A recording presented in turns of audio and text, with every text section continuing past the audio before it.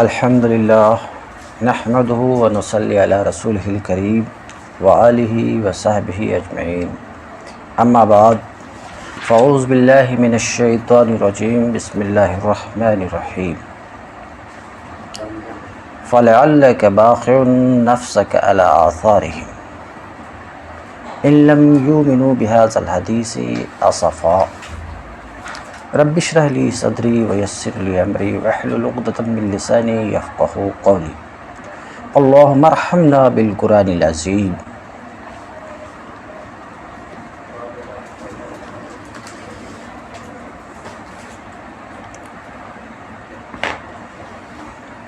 اس وقت میرے سامنے سورہ کہف کی آیت نمبر 6 فَلَعَلَّكَ بَاخِعٌ نَفْسَكَ عَلَىٰ آثَارِهِمْ إِن لَّمْ يُؤْمِنُوا بِهَٰذَا الْحَدِيثِ أَسَفًا ہے۔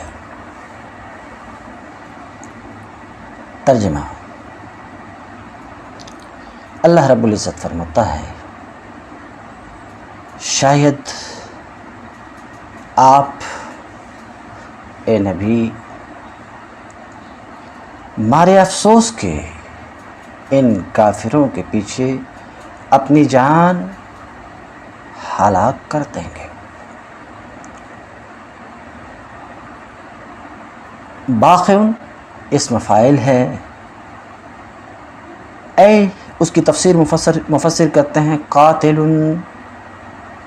یعنی ہلاک کر دیں گے، مار ڈالیں گے، نفس کا اپنی جان، علی آثارہم ان کے پیچھے۔ ہم کی ضمیر کس کی طرف پلٹ رہی ہے؟ اے کے ذریعے سے مفسر واضح کرتے ہیں کہ اس ضمیر کا مرجع کفار ہے، یعنی کافروں کے پیچھے۔ تو مراد یہ، شاید آپ ان کافروں کے پیچھے اپنی جان ہلاک کر دیں گے۔ ایک سوال یہ ہے کہ اللہ رب العزت فرماتا شاید آپ اے نبی ان کافروں کے پیچھے اپنی جان ہلاک کر دیں گے۔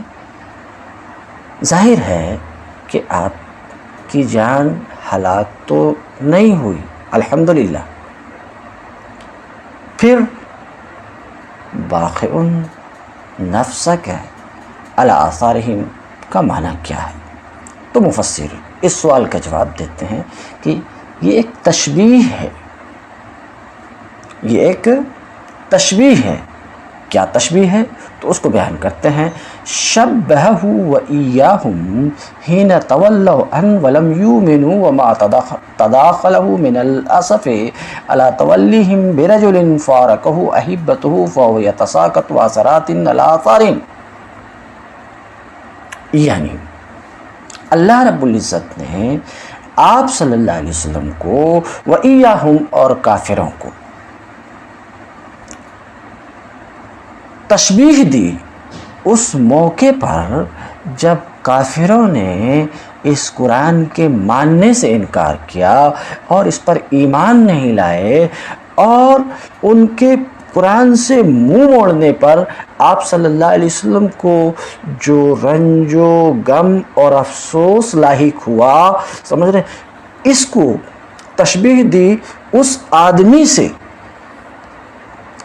تو آپ کو تشبیہ دی اس آدمی سے جس آدمی سے کہ اس کے محبوبین علیحدہ ہو گئے، اور وہ آدمی یتساقط حسرات علی آثارہم ان کے پیچھے حسرت و غم میں گرتا پڑتا ہے، وَيَبْخَعُ نَفْسَهُ اور اپنی جان کو ہلاک کرتا ہے ان کی محبت میں، وَتَلَحُّفًا عَلَى فِرَاقِهِمْ اور ان کی جدائی کے افسوس میں۔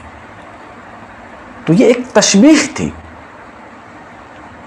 کہ جیسے کہ ایسا آدمی جس سے اس کے دوست احباب علیحدہ ہو گئے ہوں اور وہ ان کی علیحدگی پر افسوس کے مارے گرتا پچھڑتا ہے، اپنی جان کو ہلاک کرتا ہے، وہی حالت اے نبی اس وقت آپ کی ہے۔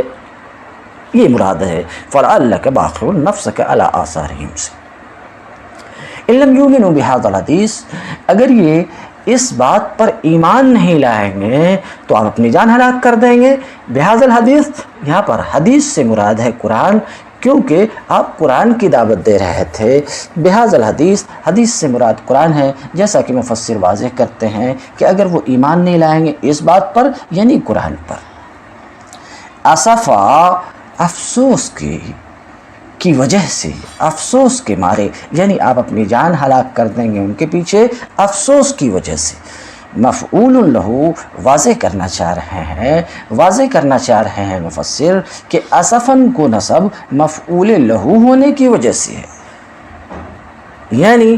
یعنی مطلب مفعول لہو فعل معلل بہی کے فاعل کا فعل ہوتا ہے، مفعول لہو سبب ہوا کرتا ہے فعل مذکور کا، یعنی ہلاک کر دیں گے کس سبب سے؟ اسفا، افسوس کی وجہ سے.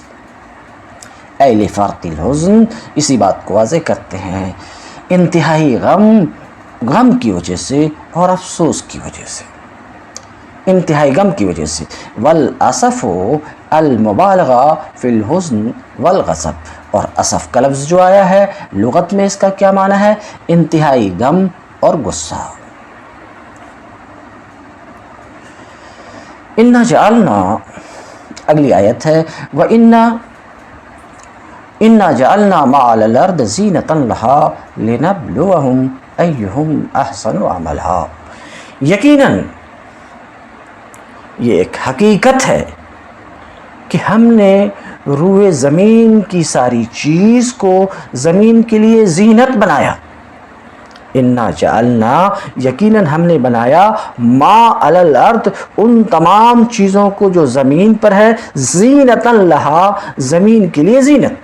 سلیس ترجمہ، یقیناً ہم نے روئے زمین کی ساری چیزوں کو زمین کے لیے زینت بنایا. کیوں؟ لِنَبْلُوَهُمْ أَيُّهُمْ أَحْسَنُ عَمَلًا، تاکہ ہم زمین کے رہنے والوں کو، لوگوں کو آزمائیں، لوگوں کا امتحان لیں. ایہم احسن عملا، کہ ان میں سے کون بہتر عمل والا ہے. ایہم احسن عملا، ان میں سے کون بہتر عمل والا ہے.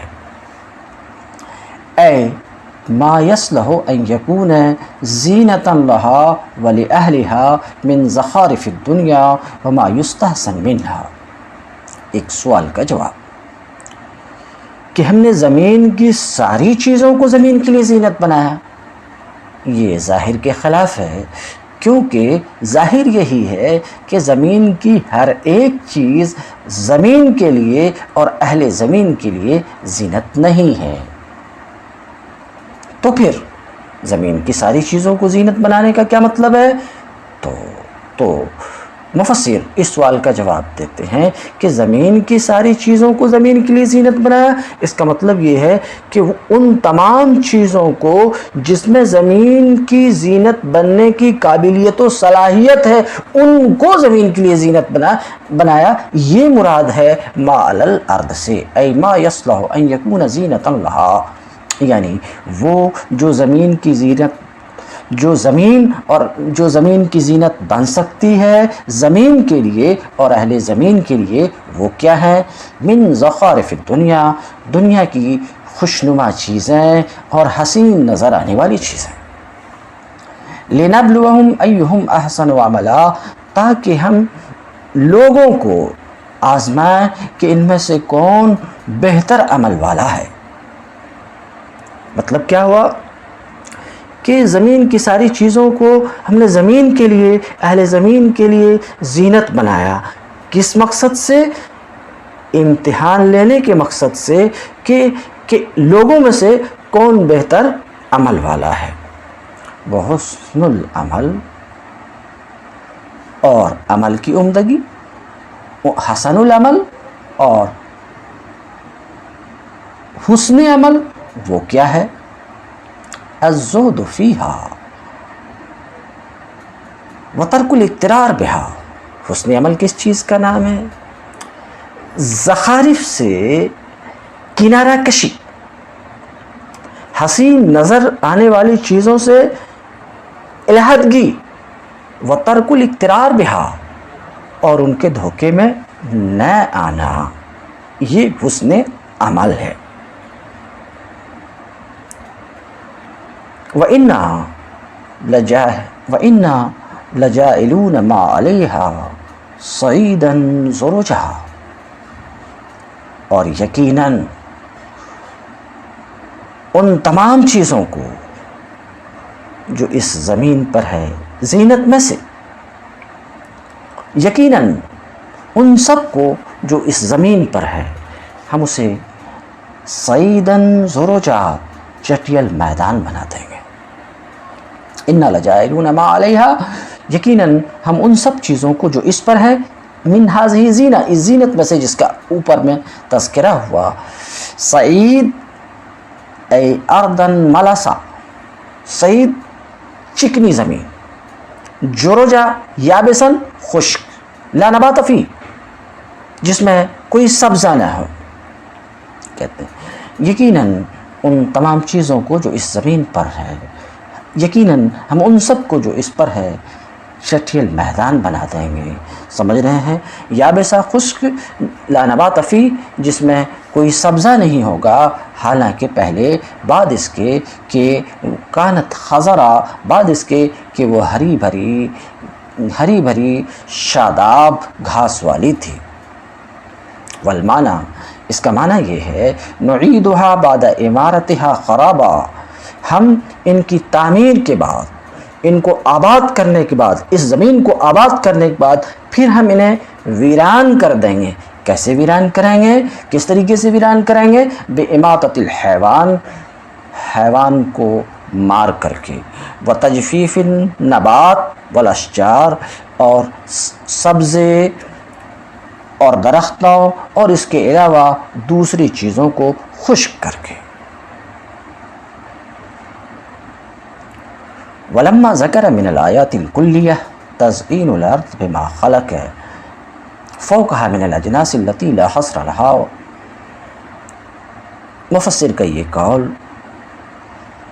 آنے والی آیت سے رابطہ ظاہر کرنے کے لیے، اور آنے والی آیت ام حسبت ان اصحاب الکہف والرقیم کا مفہوم واضح کرنے کے لیے، کیونکہ بادی نظر میں آنے والی آیت سے ایک طرح کا شبہ ہوتا ہے، اس شبہ کو دور کرنے کے لیے اس عبارت کو مصنف نے، مفسر نے ذکر فرمایا، اور وہ یہ ہے کہ جب اللہ رب العزت نے آیت کلیہ اوپر میں ذکر فرمایا، سمجھ رہے ہیں؟ آیت کلیہ کیا؟ انا جعلنا ما علی الارض زینۃ اللہ، جب آیت کلیہ ذکر فرمایا، وہ کیا آیت کلیہ ہے؟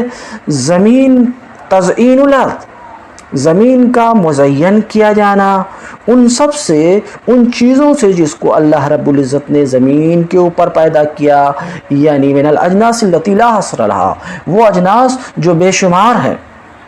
تو جب اللہ رب العزت نے یہ ذکر فرمایا کہ ہم نے زمین کو بے شمار اجناس سے مزین کیا، یہ فرمایا وَإِزَالَةُ ذَلِكَ كُلُّهُ، اور پھر ان تمام چیزوں کو ایسے ختم کر دیں گے جیسے کہ تھی ہی نہیں۔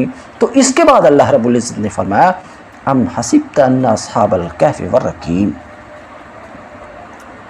تو مفسر کیا کہنا چاہ رہے ہیں کہ اوپر اللہ رب العزت نے یہ فرمایا کہ بے شمار، زمین کی بے شمار انگنت چیزوں سے ہم نے زمین کو مزین کیا، پھر یہ تمام زخارف، یہ تمام حسین و جمیل چیزیں جس سے مزین کیا، ان سب کو زمین سے ہم ختم ایسے کر دیں گے جیسے کہ زمین پر کچھ تھی ہی نہیں۔ پھر اللہ رب العزت فرماتا ام حسبت ان اصحاب الکہف والرقیم، کیا تم نے یہ سمجھا ہے، ام حسبت، کیا تم نے یہ سمجھا کہ غار والے اور رقیم والے کانوا من آیاتنا عجبا، ہماری نشانیوں میں سے ایک بڑی نشانی تھے. تو ظاہر طور پہ اس کا مطلب یہ ہو رہا ہے کہ یہ اصحاب کہف ہماری نشانیوں میں سے ایک بڑی نشانی تھے. تم نے ایسا سمجھ رکھا ہے؟ ہاں، یہ ایک نشانی تھے، بڑی نشانی تھے، مگر اوپر جو ہم نے ذکر کیا، زمین کو بے شمار چیزوں سے مزین کرنا اور پھر ان تمام چیزوں کو نیست و نابود کر کے زمین کو چٹیل بنا دینا، یہ جو ہم نے ذکر کیا، یہ نشانی اصحاب کہف کی نشانی سے عظیم تر ہے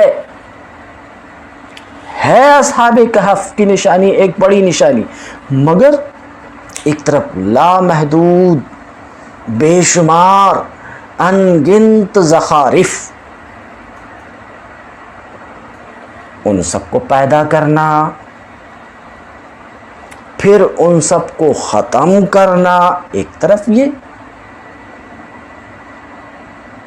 دوسری طرف 7 انسانوں اور ایک کتے کو ایک لمبے عرصے تک سلائے رکھنا پھر اٹھا دینا، یہ بھی بڑی نشانی، مگر ظاہر ہے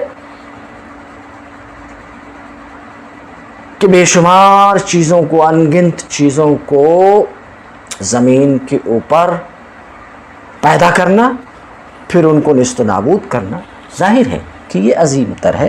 یہ معنی ہے ام حسبت ان اصحاب الکہف والرقیم، جیسا کہ مفسر واضح کرتے ہیں.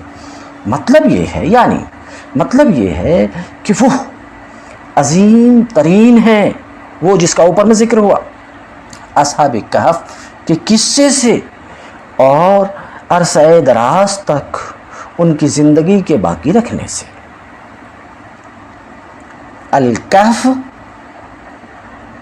لغت میں کسے کہتے ہیں؟ الغار الواسع فی الجبل، پہاڑ میں کشادہ گار کو کہف کہتے ہیں. رقیم تو مفسر کہنا چاہ رہے ہیں کہ رقیم کی تفسیر میں مختلف اقوال ہیں.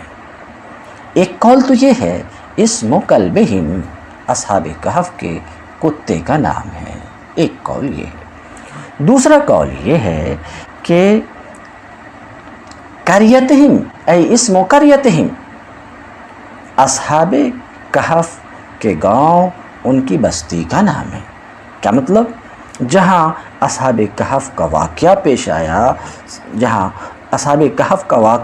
آیا، سمجھ رہے ہیں، جس علاقے میں، اس علاقے کا نام رقیم ہے، ایک قول یہ ہے. اور اسم کتاب کتب فی شانہم، تیسرا قول اس کتاب کا نام ہے جو ان کے بارے میں لکھی گئی. یہ کیا ہے؟ اس کتاب کا نام ہے جو ان کے بارے میں لکھی گئی. اس کی تفصیل کچھ اس طریقے سے ہے کہ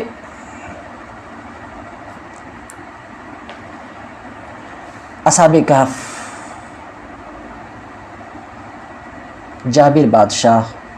اپنے جابر بادشاہ دقیانوس کے خوف سے جب فرار ہوئے اور فرار ہو کر غار میں پناہ لیے،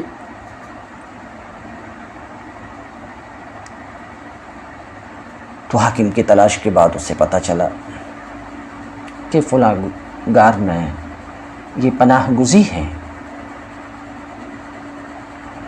چونکہ بادشاہ دقیانوس جابر تھا ہی اور بت پرست تھا، اس وجہ سے اس کو اصحاب کہف پر بہت غصہ آیا اور اس نے اپنے کسی ماتحت کو حکم دیا کہ اس کی سزا یہ ہے کہ وہ غار جس میں وہ پناہ گزی ہیں اس کا منہ بند کر دو اس کے اوپر ایک عمارت کھڑی کر دو، منہ بند کر دو، اسی میں تڑپ تڑپ کر وہ مرتے رہیں۔ حسن اتفاق کہ دقیانوس نے جس آدمی کو مقرر کیا تھا وہ دل کا ذرا اچھا آدمی تھا، تو اس نے اصحاب کہف کی ایک مختصر تاریخ تحریر کرا کر کے صندوق میں ڈال کر اسی غار میں رکھ دیا۔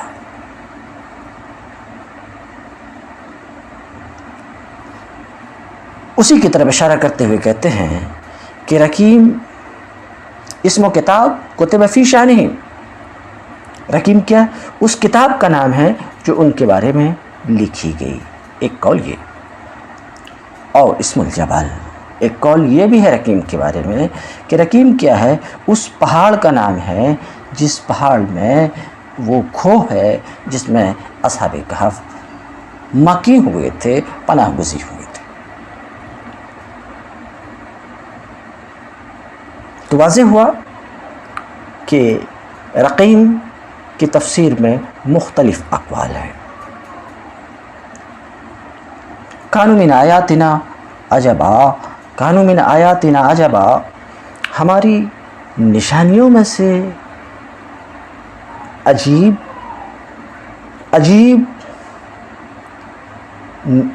بڑی عجیب نشانی تھے۔ اے کانو آیتن عجبن من آیاتنا، اس تفسیر سے کیا واضح کرنا چاہ رہے ہیں؟ اس تفسیر سے واضح کرنا چاہ رہے ہیں کہ عجیب، غریب یہ صفت ہے۔ ظاہر سی بات ہے، صفت کے لیے موصوف کا ہونا ضروری ہے، تو موصوف یہاں پر ہے آیہ۔ اے کانو آیتن عجبا، وہ عجیب آیت تھے، عجیب آیت تھے۔ تو واضح کرنا چاہ رہے ہیں تفسیر سے کہ عجبہ صفت ہے، موصوف اس کا مقدر ہے، اور وہ آیا ہے، یعنی ہماری نشانیوں میں سے بڑی عجیب نشانی تھی۔ مگر پھر اس پر ایک سوال ہوتا ہے کہ عجب مصدر ہے، آیت کو موصوف بتا رہے ہیں، سمجھ رہے ہیں، اور مصدر عجب مصدر ہے جسے آپ صفت بتا رہے ہیں۔ صفت تو موصوف پر محمول ہوتی ہے اور مصدر کا حمل درست نہیں ہے، تو کہتے ہیں وصفاً بالمصدر مبالغتاً، وصفاً بالمصدر مبالغتاً، جیسے کہ زید عدل، عدل مصدر ہے اور اس کا زید پر حمل ہے مبالغتاً۔ مبالغتاً کا مطلب زید عدل کہا، تو مبالغتاً کا کیا مطلب ہے؟ مبالغتاً کا مطلب یہ ہے کہ اشارہ کرنا ہوتا ہے کہ اس ذات زید سے یہ صفت عدالت کا صدور اس قدر کثیر ہوا کہ گویا کہ ذات یعنی صفت بن گئی۔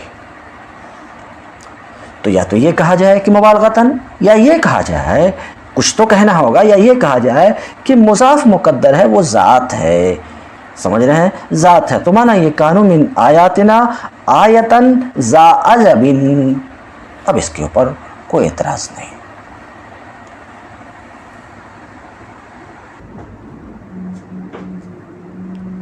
اذ اوى الفتية الى الكهف فقالوا ربنا آتنا من لدنك رحمة،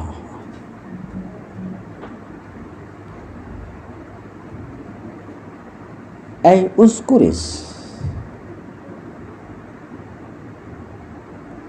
اذکر سے تفسیر کر کے اشارہ کرنا چاہ رہے ہیں کہ اس ظرف ہے، ظرف کا کسی سے متعلق ہونا ضروری ہے، اور ظاہر سی بات ہے فعل یہاں مذکور نہیں ہے تو اس کی تقدیر ضروری ہے، وہ اذکر ہے، یعنی یاد کرو اس وقت کو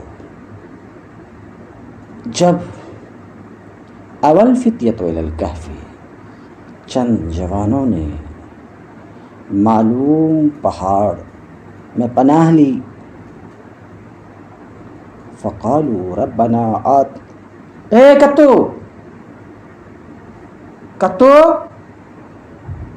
بھاگ رہے، بھاگ، یہ 2 منٹ کو کاٹ دے، یہ مائک لگایا ہی نہیں تھا۔ اذ اول فتیۃ الی الکہف فقالوا ربنا آتنا من لدنک رحمہ. از ای اذکر اس تفسیر سے واضح کرنا چاہ رہے ہیں کہ از ظرف ہے، ظرف کا کسی سے متعلق ہونا ضروری ہے. ظاہر ہے کہ فعل مذکور نہیں ہے تو اس کی تقدیر واجب ہے، اور وہ فعل جو مقدر ہے وہ اذکر ہے، تو معنی یہ ہوا اذکر از، یاد کرو اس وقت کو جب چند جوانوں نے الی الکہف معلوم پہاڑ میں پناہ لی. معلوم الکہف میں لام عہد کے لیے ہے، اس لیے ترجمہ ہم نے کیا معلوم. جب چند جوانوں نے معلوم پہاڑ میں پناہ لی، فقالو اس وقت انہوں نے دعا کی، ربنا آتنا من لدنک رحمہ، اے ہمارے پروردگار ہمیں اپنے پاس سے رحمت عطا فرما.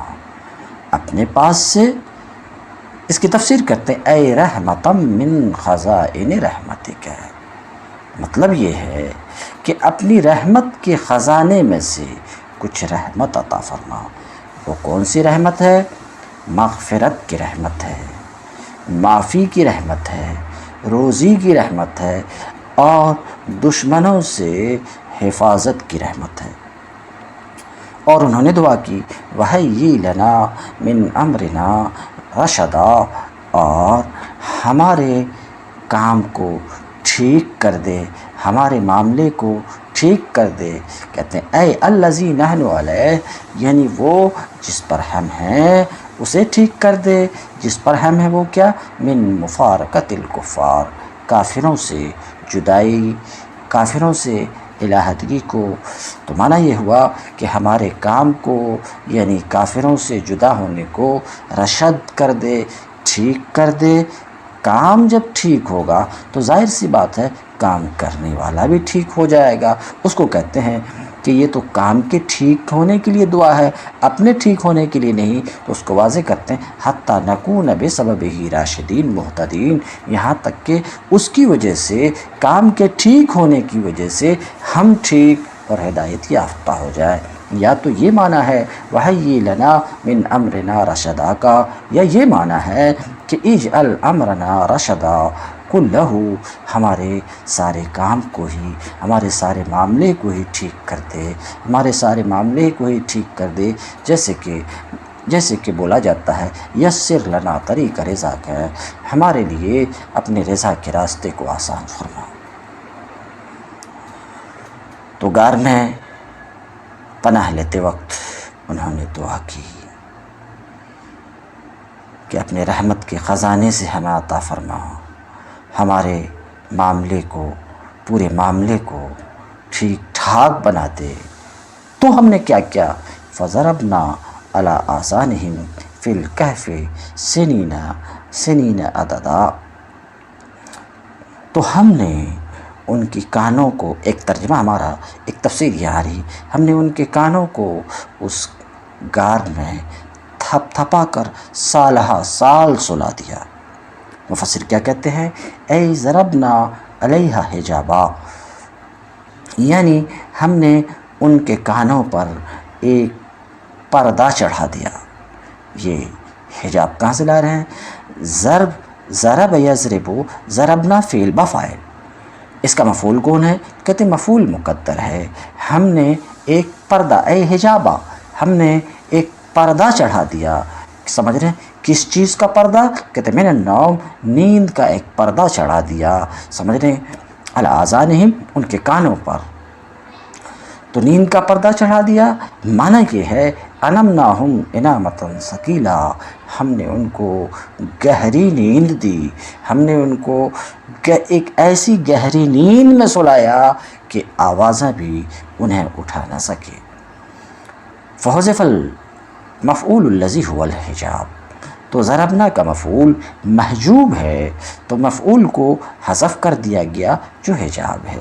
سنین عددا، سال ہا سال، کئی سالوں کے لیے۔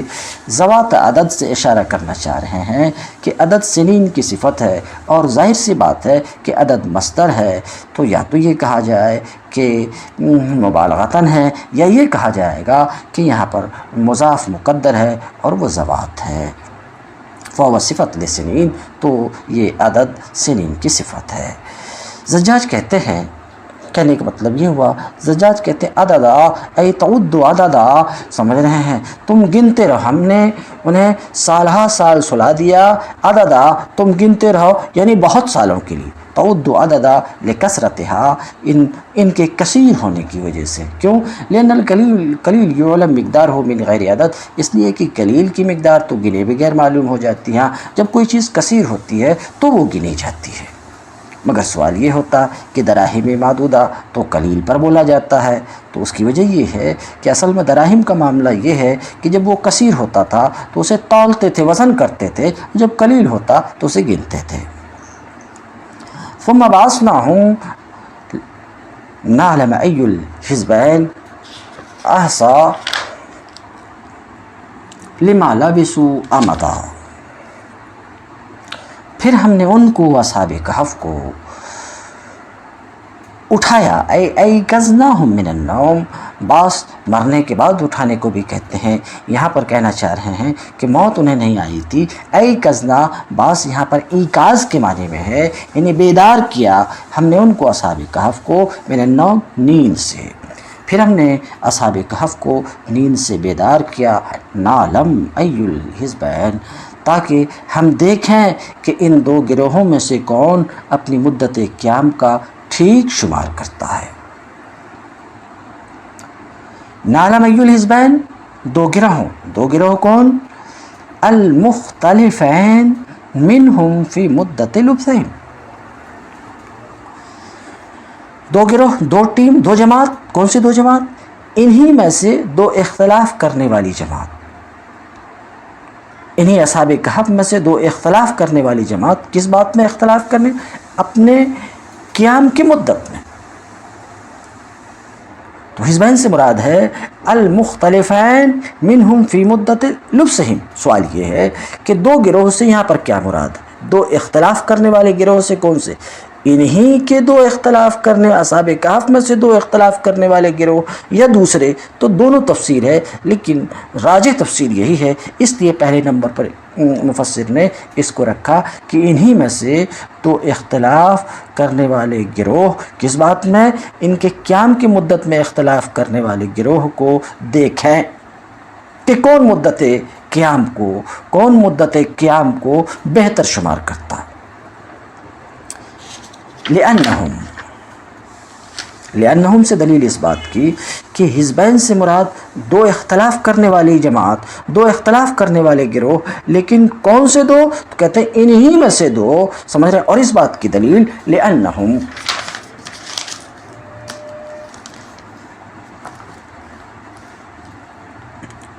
اس لیے کہ جب یہ بیدار ہوئے، اصحاب کہف نیند سے بیدار ہوئے، تو مدت قیام میں اختلاف کیے،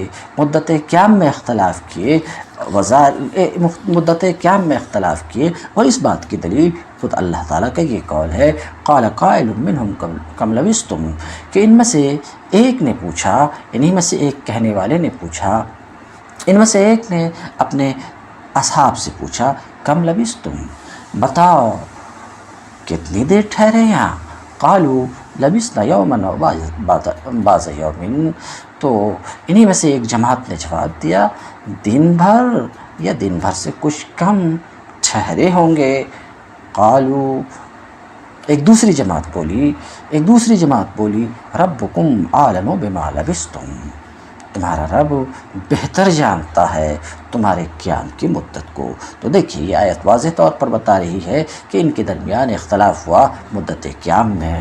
اس سے معلوم ہوا کہ حزبین سے مراد ہے الحزبین المختلفین منہم، وکان الذین قالوا ربکم عالم بما لبثتم هم الذین علموا ان لبثهم قد تطاول۔ جن لوگوں نے یہ کہا تھا کہ تمہارا رب تمہاری مدت قیام کو بہتر جانتا ہے، یہ وہ لوگ ہیں جن کو پتہ چلا کہ ان کا قیام دراز ہوا ہے، قد تطاول، دراز ہوا ہے۔ تو ای الحزبین سے مراد الحزبین المختلفین منہم ایک تفسیر، ایک دوسری تفسیر یہ ہے من غیرہم، سمجھ رہے ہیں، دو اختلاف کرنے والی جماعت، دو اختلاف کرنے والے گروہ دوسرے، کہ ان دونوں میں سے کون اپنی مدت قیام کو بہتر شمار کرتا ہے اسے ہم دیکھیں۔ لما لمسوا امدا، غایہ سے امد کا لغوی معنی بتانا چاہ رہے ہیں کہ امد کا لغت میں معنی ہے غایت، انتہا، مدت بھی معنی ہے۔ احصا فعل ماضی باب افعال سے ہے، احصیہ تھا یا متحرک ما کو المفتوح ہونے کی وجہ سے یا کو الف سے بدل دیا گیا، احصا فعل ماضی ہے۔ امدن ظرف لِاحصا، امدا، یہ امدا احصا کا ظرف ہے یعنی مفعول فی ہے، اور مفعول لہو یہ بھی احتمال ہے کہ یہ مفعول لہو ہے، سمجھ رہے ہیں، مفعول لہو ہے۔ والفعل الماضی خبر المبتدا، اور فعل ماضی یعنی احصا مبتدا کی خبر ہے۔ مبتدا کون سا ہے؟ ایہم، مبتدا کی خبر ہے۔ وہو اے والمبتدا ما خبرہی، اور وہ یعنی مبتدا اپنی خبر کے ساتھ، ایہم احصا کے ساتھ، مبتدا اپنی خبر کے ساتھ نعلم کے دو مفعول کے قائم مقام ہے۔ تو نعلم فعل با فاعل، ایہم آخر تک، ایہم احصا، ایہم یعنی ای الحزبین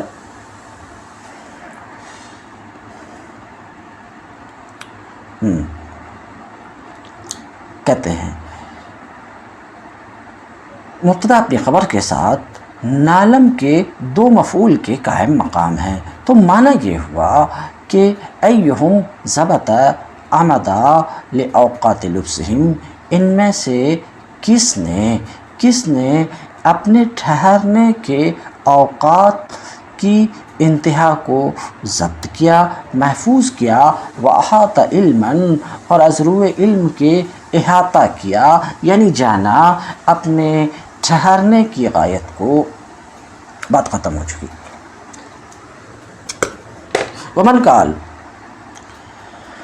اب یہاں سے ایک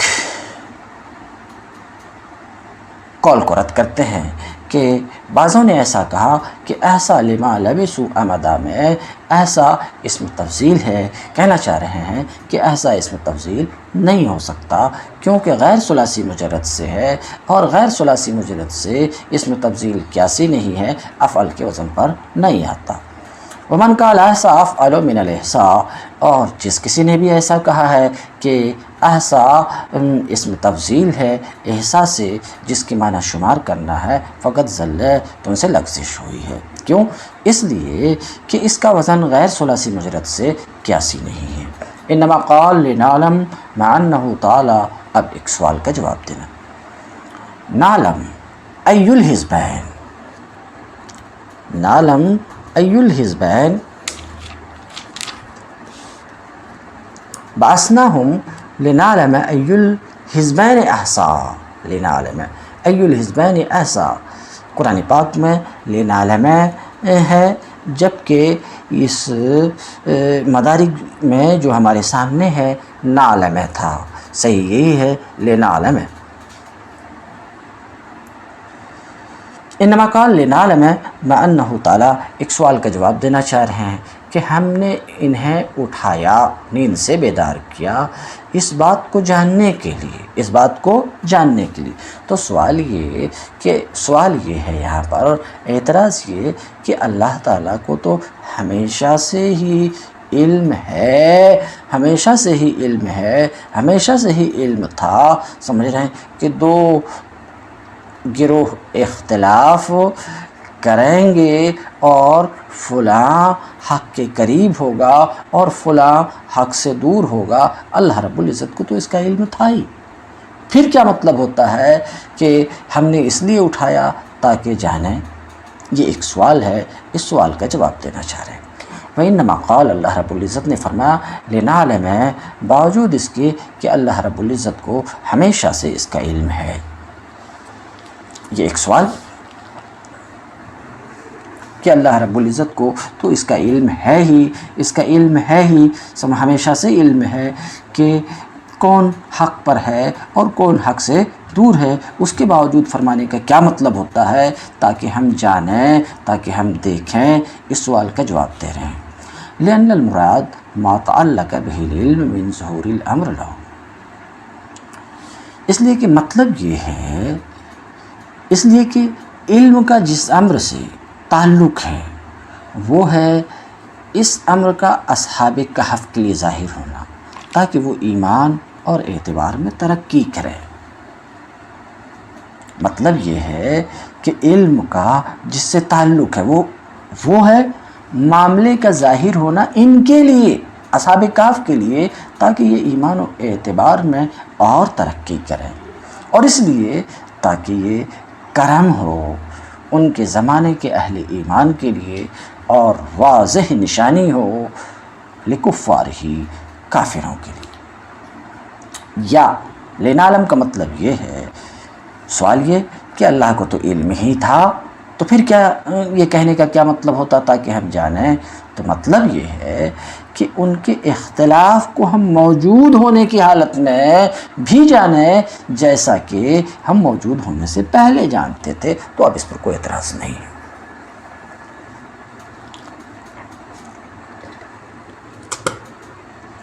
نحن نقص عليك نبأهم بالحق انهم فتية آمنوا بربهم وزدناهم هدى، ہم تم کو ان کا قصہ ٹھیک ٹھیک سناتے ہیں، بصدق کو ٹھیک ٹھیک، اصحاب کہف کا ہم تم کو ان کا قصہ ٹھیک ٹھیک سناتے ہیں۔ انہم فتیۃ آمنوا بربہم، در حقیقت وہ چند جوان تھے جو اپنے رب پر ایمان لائے تھے۔ اگر یہ ترجمہ کیا جائے تو اس میں بھی کوئی قباحت نہیں ہے، وہ چند نوجوان ہیں جو اپنے رب پر ایمان لے آئے۔ پہلا ترجمہ زیادہ واضح ہے، یقیناً در حقیقت وہ چند جوان تھے جو اپنے رب پر ایمان لائے، وَزِدْنَاهُمْ هُدًى، اور ہم نے ان کے ایمان و یقین میں اور اضافہ کیا۔ انہم فتیہ، یہ ان کا قصہ سنایا جا رہا ہے، اصحاب کہف کا قصہ سنایا جا رہا ہے۔ سننے کا مطالبہ مکہ کے کفار نے کیا تھا کہ اصحاب کہف کا قصہ سناؤ، تو اصحاب کہف کے قصے میں یہ بات بتائی جا رہی کہ وہ جس کا قصہ سننا چاہ رہے ہو اس سے تمہارا کوئی تعلق نہیں ہے، اس کے صف میں تم نہیں ہو، بلکہ اس کے صف میں وہ لوگ ہیں جن کے تم دشمن بنے ہوئے ہو، سمجھ رہے ہیں؟ ان کا حال یہ تھا کہ اپنے رب پر ایمان لائے، اور تمہارا حال یہ ہے کہ تم اپنے رب سے عداوت کر رہے ہو۔ تو ان کا جانشین جن کا قصہ پوچھ رہے ہو، یہ مٹھی بھر اہل ایمان ہیں، تم نہیں ہو۔ یہ بات خاص طور پر اس وجہ سے انہیں سنائی جا رہی ہے۔ انہم فتیہ، وہ چند جوان تھے، فتیہ جمع فتح، فتیہ فتح کی جمع ہے۔ یہ فتح فتوت سے بنا ہے، اور فتوت کسے کہتے ہیں؟ سخاوت، مروت، کرم۔ مفسر کے لفظ میں بذل الندى وکف الاذى وترک الشکوى واجتناب المحارم واستعمال المکارم۔ فتوہ کسے کہتے ہیں؟ سخاوت، وکف الاذى، اور اذى سے رکنا، تکلیف پہنچانے سے رکنا، وترک الشکوى، اور شکوہ کو چھوڑ دینا، واجتناب المحارم، اور حرام چیزوں سے بچنا، واستعمال المکارم، اور مکارم کو کام میں لانا. یہ فتوہ کا معنی ہے. ایک قول یہ الفتح من لا یدعی قبل الفعل، فتح وہ ہے جو کرنے سے پہلے دعویٰ نہیں کرتا. ولا یزکی نفسہ بعد الفعل، اور کرنے کے بعد اپنی ڈینگ نہیں مارتا. انہم فتیۃ آمنوا بربہم، وہ چند جوان تھے جو اپنے رب پر ایمان لائے. وزدناہم ہدی، اور ہم نے ان کے ایمان و یقین میں اور ترقی دی، ان کے ایمان و یقین کو اور بڑھایا. یہ جو چند جوان تھے یہ کون تھے؟ کانوا من خواص دقیانوس، یہ جوان دقیانوس کے خواص میں سے تھے. دقیانوس بادشاہ، حاکم اعلیٰ اس ملک کا، اس شہر کا. کانوا من خواص دقیانوس، یہ دقیانوس کے خواص میں سے تھے. قد قذف اللہ فی قلوبہم الایمان، اللہ تبارک و تعالیٰ نے ان جوانوں کے دلوں میں ایمان کو ڈالا. وخاف بعضهم بعضا، ان میں سے بعض کو بعض سے خطرہ اور لاحق ہوا، ڈر لاحق ہوا. تو انہوں نے آپس میں ایک دوسرے سے کہا لِيَخْلُوا اثنان منا فَيُظْهِرَ كِلَاهُمَا مَا يُضْمِرُ لِصَاحِبِهِ، ہم میں سے دو آدمی تنہا ہوں، تنہائی میں ملیں، پھر دونوں اپنے مافی ضمیر کو اپنے صاحب کے سامنے ظاہر کریں. ایسا انہوں نے کہا. فَفَعَلُوا، تو انہوں نے ایسا ہی کیا. فَحَصَلَ اتِّفَاقُهُمْ عَلَى الْإِيمَانِ، ایسا کرنے کے بعد ایمان پر ان کا اتفاق ہو گیا. وَرَبَطْنَا عَلَى قُلُوبِهِمْ إِذْ قَامُوا فَقَالُوا رَبُّنَا رَبُّ السَّمَاوَاتِ وَالْأَرْضِ لَن نَّدْعُوَ مِن دُونِهِ إِلَٰهًا لَقَدْ قُلْنَا إِذًا شَطَطًا، اور ہم نے ان کے دلوں کو مضبوط کیا. ربط باندھنا، ان کے دلوں پر باندھا. وَقَوَّيْنَاهَا، ہم نے ان کے دل کو مضبوط کیا. کیسے؟ وطنوں کے چھوڑنے پر صبر کرنے کے ذریعے سے، دین کے لیے بھاگنے پر صبر کرنے کے ذریعے سے، الی بعض الگیران، بازگاروں کی طرف. وَرَبَطْنَا عَلَىٰ قُلُوبِهِمْ اے وَقَوَّيْنَاهَا، ہم نے ان کے دلوں کو مضبوط کیا، قوت بخشی، صبر عطا کر کے وطن کو چھوڑنے پر، دین کے لیے کسی غار کی طرف بھاگنے پر. وَجَسَرْنَاهُمْ عَلَى الْقِيَامِ بِكَلِمَةِ الْحَقِّ وَالتَّظَاهُرِ بِالْإِسْلَامِ، اور ہم نے انہیں جرأت دی کلمہ حق کے قائم کرنے پر اور اسلام کے ظاہر کرنے پر. کب؟ اِذْ قَامُوا، اس وقت جب یہ اصحاب کہف کھڑے ہوئے. کہاں کھڑے ہوئے؟ بین ید الجبار، انتہائی ظالم حاکم کے سامنے. اور وہ ظالم حاکم کون ہے؟ دقیانوس. ظالم حاکم دقیانوس کے سامنے. من غیر مبالات بھی، اس کی پرواہ کیے بغیر. اس وقت جب کہ دقیانوس نے ان پر عتاب کیا، بتوں کی پوجا کے چھوڑنے پر عتاب کیا، پھر بھی دقیانوس کی پرواہ کیے بغیر انہوں نے جابر بادشاہ کے سامنے اعلان کیا ربنا رب السماوات والارض، ہمارا رب تو وہی ہے جو آسمانوں اور زمین کا رب ہے. مفتخرین ای فقالوا مفتخرین، انہوں نے فخر کے طور پر کہا، فخریہ کہا کہ ہمارا رب وہی ہے جو آسمانوں اور زمین کا رب ہے. لن ندعو من دونہ الہا، اس کے سوا کسی اور معبود کی ہم ہرگز عبادت نہیں کریں گے. انہوں نے فخریہ برسر عام جابر بادشاہ کے سامنے کہا کہ ہمارا رب تو بس وہی ہے جو آسمانوں اور زمین کا رب ہے، اور اس کے سوا ہم ہرگز کسی کی عبادت نہیں کریں گے. وَلَئِن سَمَّيْنَاهُمْ آلِهَةً إِلَٰهًا، ایک سوال کا جواب. کہ کوئی دوسرا تو معبود ہے ہی نہیں، تو پھر معبود کیسے؟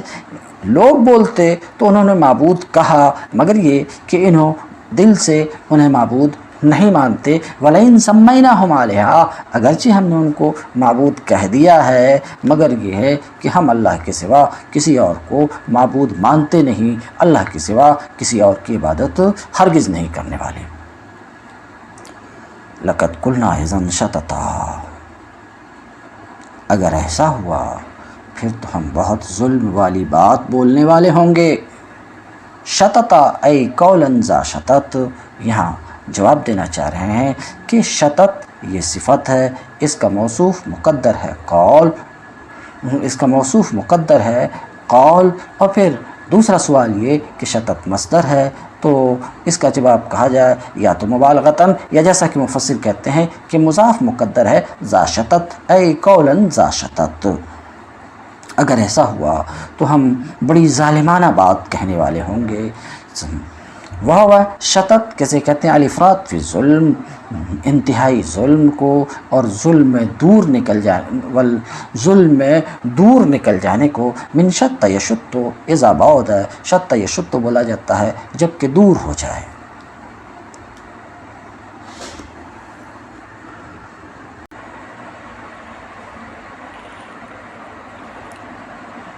ہؤلاء قوم اتخذوا من دونه آلهة لولا یاتون علیہم بسلطان بین۔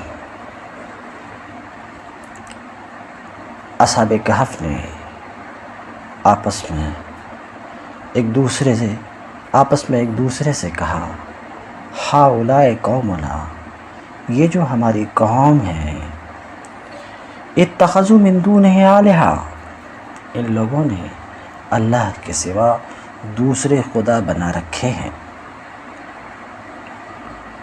ہؤلاء مبتدأ، قومنا عطف و بیان۔ اس تفسیر سے واضح کرنا چاہ رہے ہیں کہ ہؤلاء مبتدا قومنا خبر ایسا نہیں ہے، بلکہ ہؤلاء معطوف علیہ ہے، قومنا عطف بیان ہے، معطوف علیہ اپنے عطف بیان سے مل کر مبتدا ہے۔ یہ جو ہماری قوم ہے، اتخذوا، انہوں نے، من دونہ، اللہ کے سوا دوسروں کو معبود بنا رکھا ہے۔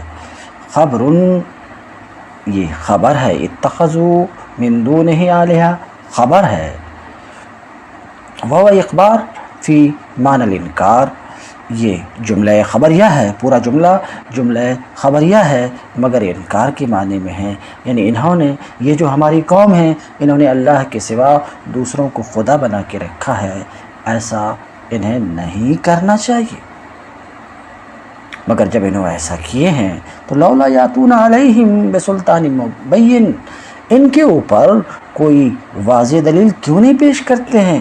دوسرے کے خدا ہونے پر کوئی واضح دلیل کیوں نہیں پیش کرتے ہیں؟ بظاہر اس کا معنی یہ ہے، مگر مفسر اس کو بیان کرتے ہیں، لولا یاتون علیہم حل لا یاتون علی عبادتہم، ایک سوال کا جواب دینا چاہ رہے ہیں کہ ہم کی ضمیر ظاہر سی بات ہے کہ آلہہ کی طرف پلٹ نہیں سکتی، کیونکہ آلہہ غیر عاقل کی جمع ہے اور ہم ذوی العقول کے لیے آیا کرتا ہے، تو یہ ضمیر آلہہ کی طرف تو پلٹ نہیں سکتی، لہٰذا تقدیر ضروری ہے، اور وہ عبادت ہے کہ یہ لوگ ان کے معبود ہونے پر، یا یہ لوگ اپنے ان کے عبادت کرنے پر کوئی واضح دلیل کیوں نہیں پیش کرتے؟ حل لا یاتون علی عبادتہم، واضح کرنا چاہ رہے ہیں کہ ہم کی ضمیر کا مرجع آلہہ نہیں ہے، بلکہ مضاف مقدر ہے، یعنی علی عبادتہم، وحذف المضاف، تو مضاف کو حذف کر دیا گیا، بسلطان بین ای بحجت ظاہرہ، واضح دلیل۔ تو یہ لوگ اپنی عبادت پر کوئی دلیل کیوں نہیں پیش کرتے ہیں؟ ان خداؤں کے جن کو انہوں نے بنا کر کے رکھا، معبود ہونے پر کوئی سلطان کیوں نہیں پیش کرتے ہیں؟ وہ تبکیت، یہ تبکیت ہے، تحسر پر ابھارنا ہے۔ کیوں؟ لأن الاتیان بالسلطان علی عبادت الاوثان محال، اس لیے کہ بتوں کی عبادت پر صحیح دلیل کا پیش کرنا محال ہے۔ کیوں محال ہے؟ اس لیے کہ بت خدا ہے ہی نہیں، بت خدا ہے ہی نہیں، بت کا خدا ہونا محال ہے، سمجھ رہے ہیں؟ تو اس لیے بتوں کی عبادت پر دلیل کا پیش کرنا محال ہے۔ فمن اظلم ممن افترى علی اللہ کذبا، تو اس سے بڑا ظالم اور کون ہو سکتا ہے؟ فمن اظلم، تو اس سے بڑا ظالم اور کون ہو سکتا ہے جو اللہ پر جھوٹ باندھے، بنسبت الشریک الیہ، یعنی اللہ کی طرف شریک کی نسبت کرے، اس بات کی نسبت کرے کہ کوئی اللہ کا شریک ہے، یقیناً وہ شخص بہت بڑا ظالم ہے۔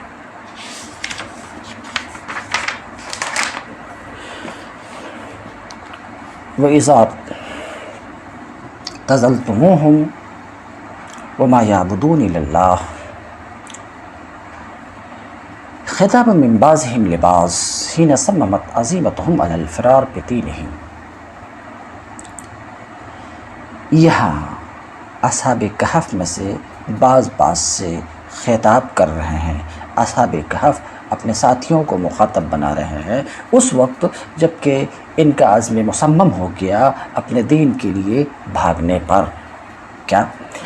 اذا اعتزلتموہم، اب جب کہ تم ان سے علیحدہ ہو ہی چکے ہو، وما یعبدون الا اللہ، اور اللہ کے سوا ان کے دوسرے معبودوں سے، یعنی جب تم ان سے علیحدہ ہو چکے ہو اور اللہ کے سوا ان کے جو دوسرے معبود ہیں ان سے بھی علیحدہ ہو ہی چکے ہو، فاووا الی الکہف، تو چلو اب غار میں پناہ لیں۔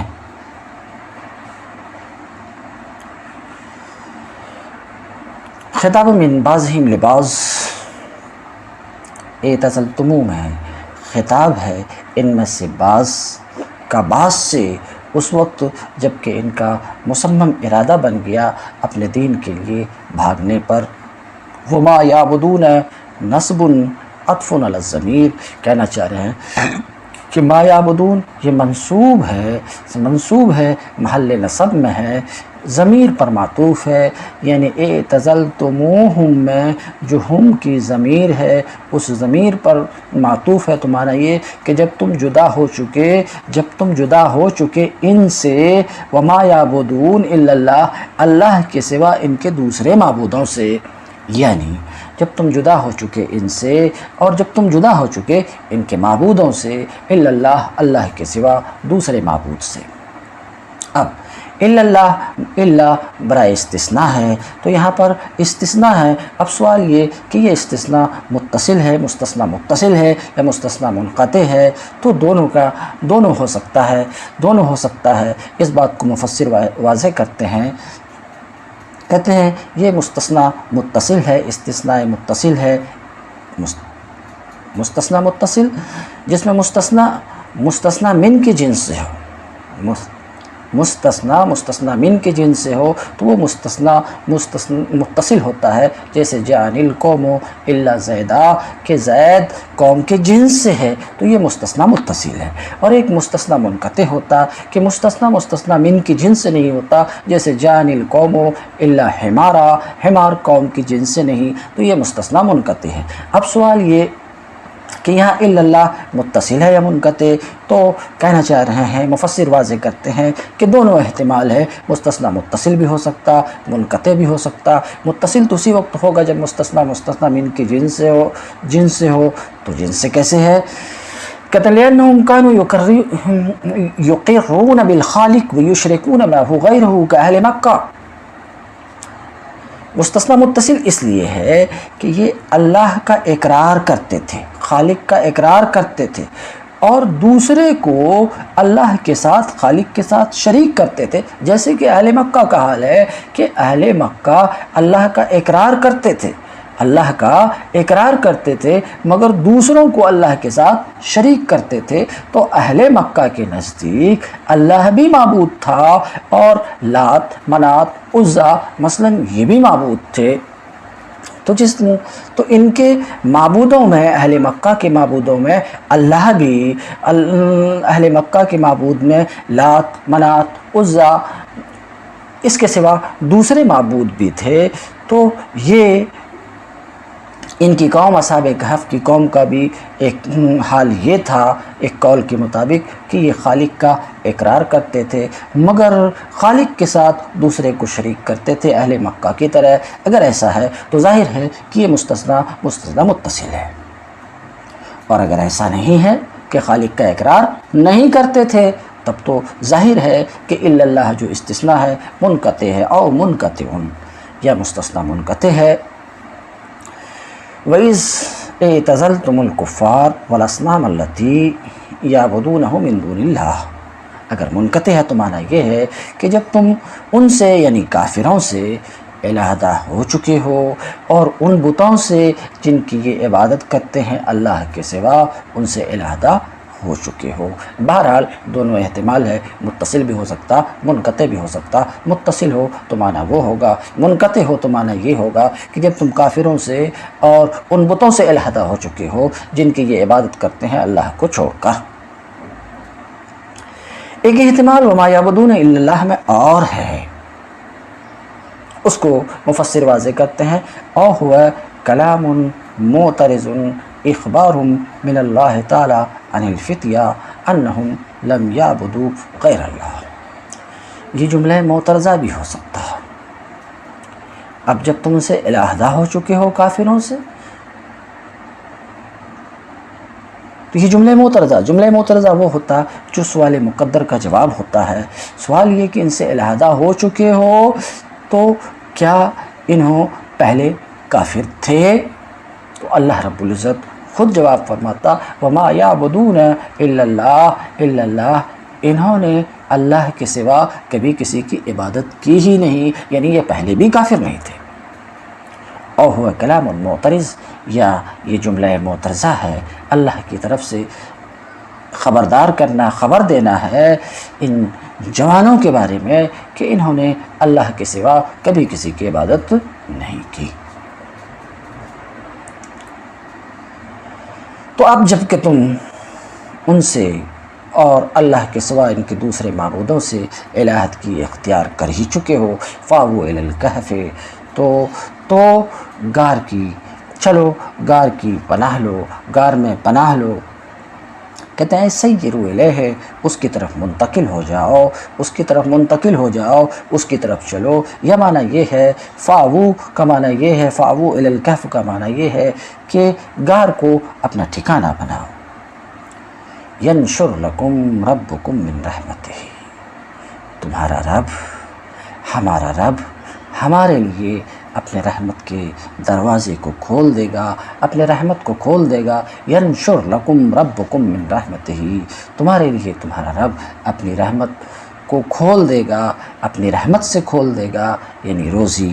وَيُهَيِّئْ لَكُم مِّنْ أَمْرِكُمْ مِرْفَقًا، اور تمہارے کام میں آسانی فراہم فرمائے گا، آسانی فراہم فرمائے گا، یعنی ینشر لکم، تمہارا رب اپنی رحمت کو تمہارے لیے کھول دے گا اور تمہارے لیے تمہارے کام میں آسانی فرمائے گا۔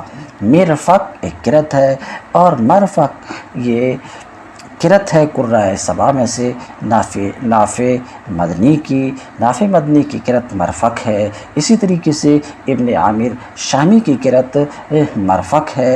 وَهُوَ مَا يَرْتَفِقُ بِهِ يُنْتَفَعُ، اور یہ کیا ہے؟ جس سے آدمی فائدہ اٹھائے۔ تو انہوں نے جو یہ آپس میں کہا کہ تمہارا رب تمہارے لیے اپنی رحمت کو کھول دے گا، پھیلا دے گا اور تمہارے کام میں آسانی فراہم کرے گا، ایسا جو انہوں نے کہا، انما قالوا ذالک، یہ بات انہوں نے کہا اللہ کے فضل پر بھروسہ کرتے ہوئے، اللہ کے فضل پر اعتماد ہونے کی وجہ سے اور ان اپنے قوی امید ہونے کی وجہ سے۔ کیوں؟ لِتَوَکُّلِهِمْ علیہ، اس لیے کہ ان کا اللہ پر بھروسہ تھا اور ان کا یقین پختہ تھا۔ اس وجہ سے انہوں نے ایسا کہا کہ تمہارے کام میں اللہ آسانی فراہم فرمائے گا اور تمہارے لیے اپنی رحمت کو نشر پھیلا دے گا۔ یا یہ بھی ہو سکتا ہے کہ ان کے زمانے کے ان کے نبی نے ان کو بتایا ہو کہ گھبرانے کی ضرورت نہیں ہے، اللہ رب العزت اپنے رحمت کے دروازے کو تمہارے لیے کھول دے گا اور تمہارے لیے آسانی فراہم کرے گا۔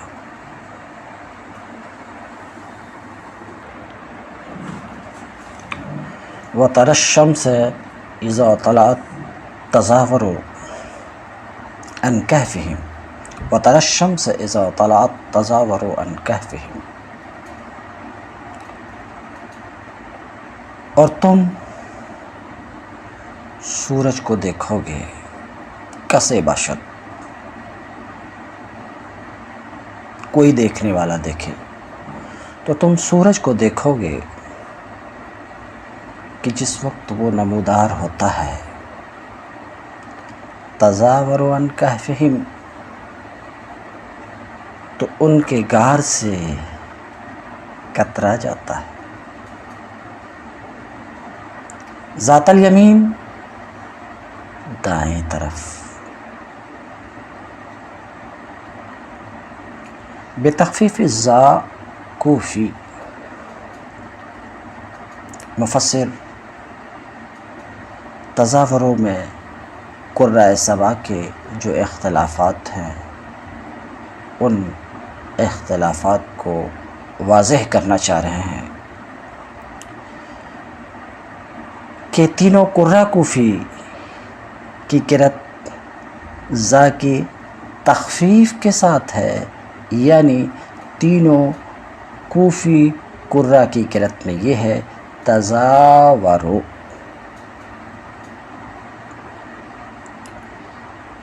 تصورو ابن عمرو شامی کی قرأت یہ ہے۔ یہ 4 قرہ ہو گئے، باقی بچے 3 قرہ، تو ان کی قرأت تزاورو، تزاورو غیرہم، ان کے سوا دوسرے قرۂ سبا کی قرأت میں تزاورو ہے۔ اب صرفی گفتگو کرتے ہیں۔ وَأَصْلُهُ تَتَزَاوَرُ، یہ تزاورو اور تزاورو اصل میں تتزاورو تھا، فخفف بإدغام الطاء فی الزاء، تو اصل میں تتزاورو تھا، پھر تزاورو اور تزاورو کیسے ہوا؟ تو پہلا یہ کہ تزاورو کیسے ہوا، تو اس کی وجہ یہ بتاتے ہیں، ایک قاعدہ کی طرف اشارہ کرتے ہیں کہ باب تفاعل کے فا کلمہ میں اگر زا ہو اور پھر 2 تا جمع ہیں، ایک تفاعل کی اور ایک علامت مضارع کی، 2 تا جمع ہیں، تو اس وقت قاعدہ یہ ہے کہ ایک تا کو، اس وقت قاعدہ یہ ہے کہ تا کو فا کلمہ، یہاں فا کلمہ زا ہے تو تا کو زا سے بدل دیا جائے، یعنی تا کو فا کلمہ سے بدل دیا جائے اور فا کلمہ کو فا میں ادغام کر دیا جائے، اس قاعدے کے بنا پر تزاورو ہوگا۔ اور ایک قاعدہ یہ بھی ہے کہ اگر 2 تا جمع ہوں تو ایسی صورت میں جائز ہے کہ ایک تا کو حذف کر دیں، تو ایک تا کے حذف کرنے کی صورت میں ہوگا تزاورو، اور ادغام کرنے کی صورت میں تزاورو، اور دونوں ہی قاعدہ کے اعتبار سے درست ہے، اس کو کہتے ہیں وَأَصْلُهُ تَتَزَاوَرُ، یہ تزاورو یا تزاورو اصل میں تتزاورو تھا، تو تخفیف کی گئی تا کو زا میں مدغم کر کے، تو تا کو زا میں مدغم کر دیا تو تزاورو ہوا، یا حذف کر دیں گے تو تزاورو ہوگا۔ یہ سب والکل، یہ سب مشتق ہے زور سے، اور زور میل، جھکنے، کج ہونے کو ہے کہتے ہیں۔ منہ زارہ اذا مال الیہ، اسی سے بولا جاتا ہے زارہ اس وقت جب کہ کسی کی طرف مائل ہو جائے، اور زور سچ سے کج ہونے کو کہتے ہیں۔ وَتَرَى الشَّمْسَ إِذَا طَلَعَتْ تَزَاوَرُ عَنْ كَهْفِهِمْ، اے دیکھنے والے تم دیکھو گے کہ سورج جب نمودار ہوتا ہے تو ان کے غار سے تزاورو ای تمیل عن، تزاورو ای تمیل ان، اس سے کج ہو جاتا ہے، کترا جاتا ہے۔ نتیجہ کیا ہوتا ہے کہ سورج کی شعاع ان پر نہیں پڑتی ہے۔ کدھر کترا جاتا ہے؟ ذات الیمین، دائیں والی، دائیں طرف، جہت الیمین یعنی یمین کی جہت، دائیں کی جہت، یہ جہت الیمین اس کی حقیقت ہے اس طرف جس کو کہ یمین بولا جاتا ہے، یعنی دائیں جانب کترا جاتا۔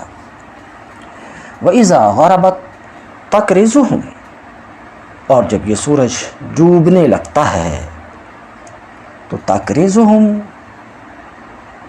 قرض کے معنی لغت میں ہے قطع، کاٹنا۔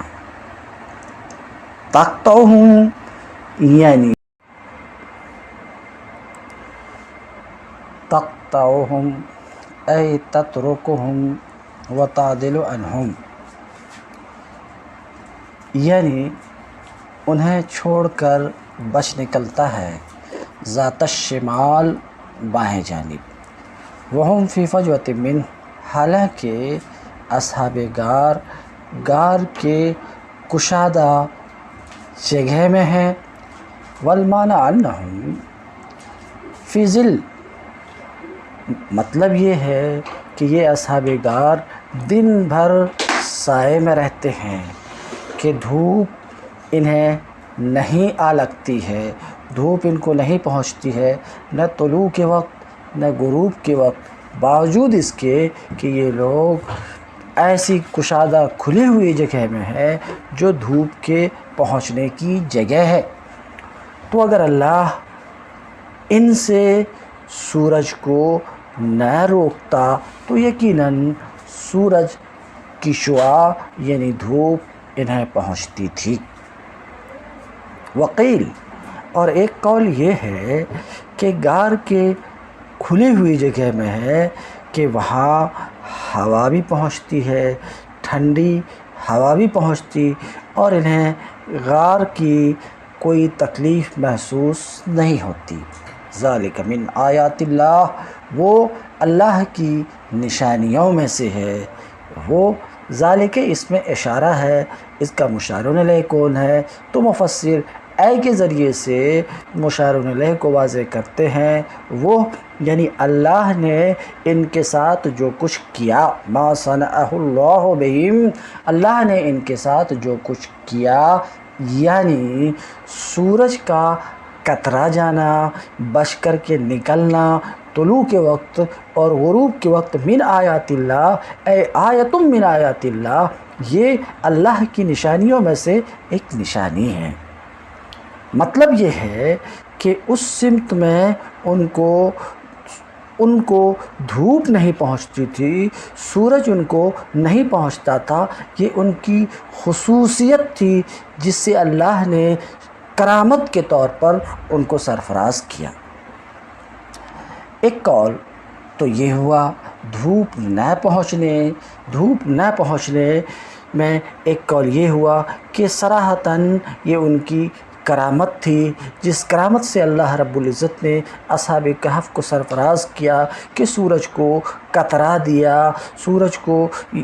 دیا اور اس کی دھوپ کو ان تک نہ پہنچنے دیا۔ وقیل، ایک قول یہ ہے کہ نہ پہنچنے کی وجہ، دھوپ کے نہ پہنچنے کی وجہ یہ ہے کہ غار کا دروازہ، باب الکہف، غار کا دروازہ شمالی تھا، غار کا دروازہ شمالی تھا، اس کا رخ بنات ناش کی طرف تھا۔ بنات ناش کیا ہے؟ یہ مجموعۃ من مجموعات النجوم فی السماء، آسمان میں ستاروں کے مجموعوں میں سے ایک مجموعے کا نام ہے، تو اس کا رخ بنات ناش کی طرف تھا۔ فہم فی، تو وہ اصحاب کہف ہمیشہ سائے میں رہتے تھے۔ ومعنی ذالک من آیات اللہ ان شانہم و حدیثہم، اور معنی ذالک من آیات اللہ کا معنی یہ ہے کہ ان کی شان، ان کا واقعہ، ان کا قصہ اللہ کی آیتوں میں سے ہے۔ تو ذالک من آیات اللہ کا مطلب اس دوسری تفسیر کے مطابق یہ ہے کہ ان کی شان، ان کا قصہ اللہ کی آیتوں میں سے ہے۔ من یہد اللہ فهو المہتدی، اللہ جسے ہدایت دے، اللہ جسے راستہ دکھائے وہی راستہ پاتا ہے۔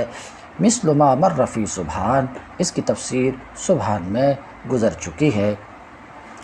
وَهُوَ ثناء علیہم، اللہ رب العزت کا یہ فرمان، اللہ رب العزت کا یہ فرمان من یہد اللہ فهو المہتدی، یہ فرمان ثناء علیہم، یہ فرمان ان کی تعریف ہے، ثناء علیہم ان کی تعریف ہے کہ انہوں نے راہ خدا میں جہاد کیا، وَأَسْلَمُوا لَهُ وُجُوهَهُمْ، اور اپنے چہرے کو اس کے آگے خم کیا، فَأَرْشَدَهُمْ إِلَىٰ نَيْلِ تِلْكَ الْكَرَامَةِ، تو اللہ رب العزت نے اس کرامت، اس عظیم، اس شریف، اس عمدہ کرامت کے حصول کی طرف ان کی رہنمائی کی۔ مطلب یہ ہے کہ انہوں نے اللہ کے آگے اپنے گردن کو خم کیا، اپنے پیشانی کو جھکایا، تو اللہ رب العزت نے اس عمدہ عظیم کرامت سے سرخرو اور سرفراز فرمایا۔ وَمَن يُضْلِلْ فَلَن تَجِدَ لَهُ وَلِيًّا مُرْشِدًا، اور اللہ جسے گمراہ کرے، اللہ جسے چھوڑ دے، تم اس کے لیے کوئی حامی، رہبر و رہنما نہیں پاؤ گے۔ اے من اضلہ، اللہ جسے گمراہ کرے اسے کوئی ہدایت دینے والا، اللہ جسے گمراہ کرے اسے کوئی ہدایت نہیں دے سکتا۔ وَتَحْسَبُهُمْ أَيْقَاظًا وَهُمْ رُقُودٌ، یہاں خطاب ہر سننے والے سے، ہر دیکھنے والے سے ہے۔ اللہ رب العزت ارشاد فرماتا کہ تم انہیں دیکھتے، اصحاب کہف کو دیکھتے، تحسبو تو تم گمان کرتے ان کو، ایقاظا کہ وہ بیدار ہیں، وہم رقود حالانکہ وہ سوئے ہوئے تھے۔ بفتح السین شامی و حمزہ و عاصم، مفسر اشارہ کرنا چاہ رہے ہیں کہ سین کے فتحہ کے ساتھ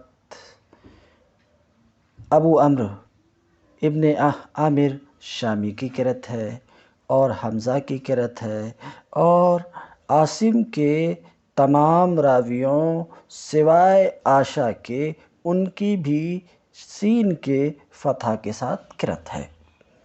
وَهُوَ خطاب لکل احد، مفسر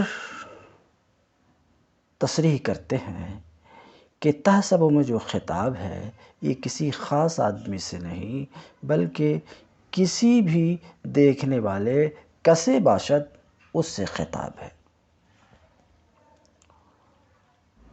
تو معنی یہ ہوا کہ اے دیکھنے والے، اگر تم انہیں دیکھتے تو ان کو ایقاظ، بیدار سمجھتے، حالانکہ وہ سوئے ہوئے تھے، رقود اے نیام۔ قیل سے مفسر اس بات کو دکھلانا چاہتے ہیں کہ دیکھنے میں بیدار لگتے اور وہ حالانکہ وہ سوئے ہوئے تھے، اس کی وجہ کیا؟ تو اس سلسلے میں ایک قول یہ ہے، عیونہم مفتحہ، ان کی آنکھیں کھلی ہوئی تھی حالانکہ وہ سوئے ہوئے تھے، چنانچہ اس کی وجہ سے دیکھنے والا جب دیکھتا تو ان کو بیدار سمجھتا۔ وَنُقَلِّبُهُمْ ذَاتَ الْيَمِينِ وَذَاتَ الشِّمَالِ، اللہ رب العزت فرماتا ہم انہیں دائیں اور بائیں جانب کروٹ دلاتے رہتے تھے۔ نقلبہم ذات الیمین و ذات الشمال، ہم انہیں دائیں اور بائیں جانب کروٹ دلاتے رہتے تھے۔ قیل لہما تقلبتان فی السنہ، اب انہیں کروٹ دلاتے رہتے تھے، وہ کروٹ لیتے رہتے تھے، سوال یہ کہ کتنی کروٹ لیتے تھے؟ قیل تو ایک قول یہ ہے لہم تقلبتان فی السنہ، ایک قول یہ ہے کہ سال بھر میں 2 کروٹ لیتے تھے۔ وقیل تقلبۃ واحدہ فی یوم عاشورہ، اور ایک قول یہ ہے کہ سال بھر میں عاشورہ کے دن بس ایک کروٹ لیتے تھے۔ وَكَلْبُهُمْ بَاسِطٌ ذِرَاعَیْہِ، اور ان کا کتا بالوسید، وَكَلْبُهُمْ بَاسِطٌ ذِرَاعَیْہِ بالوسید، اور چوکھٹ پر ان کا کتا ہاتھ پھیلائے ہوئے بیٹھا ہوا تھا۔ حکایت حال ماضیہ، حالت ماضیہ، ایک سوال کا جواب وہ یہ کہ ترجمہ ماضی سے کیا جا رہا ہے، ترجمہ ماضی سے کیا جا رہا، حالانکہ باسط اسم فاعل ہے، اسم فاعل فعل ماضی کے معنی میں ہو تو وہ عمل نہیں کرتا، حالانکہ ذراع میں عمل ہے، تو اس کا جواب دے رہے ہیں کہ یہ حالت ماضیہ کی حکایت ہے، اس وجہ سے باسط ذراع میں عمل کر رہا ہے۔ کہتے ہیں حکایت و حالت ماضیہ، حالت ماضیہ کی یہ حکایت ہے، اس لیے کہ اسم فاعل جب ماضی کے معنی میں ہو تو وہ عمل نہیں کرتا ہے۔ بالوسید، وسید بالفنا اور بالعتبہ، اس فنا یا عتبہ سے تفسیر کر کے بتانا چاہ رہے ہیں کہ وسید کا معنی لغت میں صحن بھی ہے، لغت میں چوکھٹ بھی ہے۔ ان کا کتا صحن میں اپنے ہاتھ کو پھیلائے ہوئے بیٹھا تھا، پھیلائے ہوئے بیٹھا تھا، او بالعتبہ یا چوکھٹ پہ۔ لو اطلعت علیہم لولیت منہم فرارا ولملئت منہم رعبا، اگر تم ان کو جھانک کر دیکھتے، لو اطلعت علیہم، اگر تم انہیں جھانک کر دیکھتے تو ان سے پیٹھ پھیر کر بھاگ جاتے، بھاگ کھڑے ہوتے، اور تم مرعوب ہو جاتے، ڈر جاتے۔